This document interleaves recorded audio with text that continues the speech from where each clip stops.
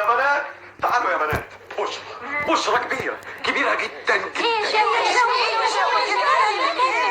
هتردف عريس جد ما يعرفش الهزار، عايز يتجوز فعلا ويستقر ويعيش كزوج مثالي.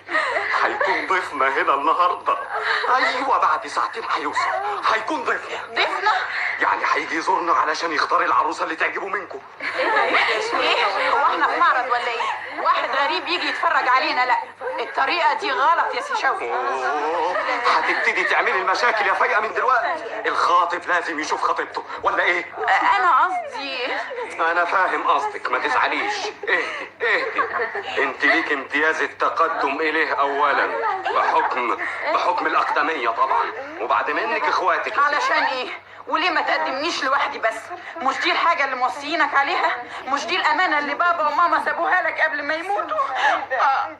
لو كانوا موجودين دلوقتي ما كانش ده حصل ابدا. يا عيني عليا وعلى بنتي.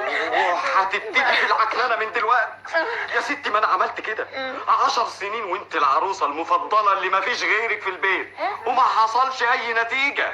العريس اللي كان يعجبه اي واحده من اخواتك اسيبه، اطرده، اقول له لا واخليه يطير من ايدينا. يبقى ده كلام ده؟ لا لا لا، اسمعي يا ست فايقه، بطلي الحكايه دي بقى، اعملي معروف، سيبينا بقى شويه، سيبينا ناخد نفسنا. احنا من حقنا نتجوز زيك تمام. كفايه بقى 10 سنين على راي شوقي وانت واقفه في سكتنا. يا شيخه ارحمينا شويه، ادينا فرصه واحده بس. الواحد لازم كمان ما يحبش نفسه للدرجه دي.